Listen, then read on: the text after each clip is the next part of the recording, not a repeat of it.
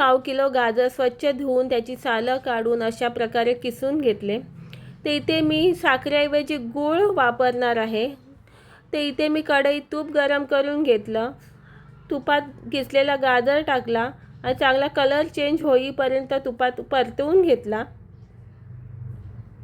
अशा प्रकारे। आणि तुम्ही बघू शकता त्याचा कलर थोडासा चेंज झाला आहे। आता याच्यात मी गूळ ॲड केला। आता गूळ मेल्ट होईपर्यंत चांगला तुपात परतून घेतला।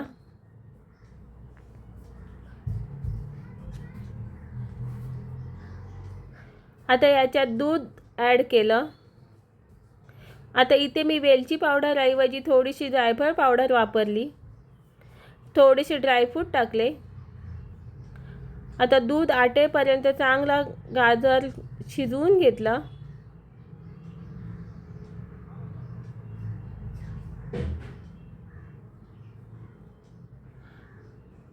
अशा प्रकारे दूध आटेपर्यंत चांगला शिजवून घ्यायचं आहे।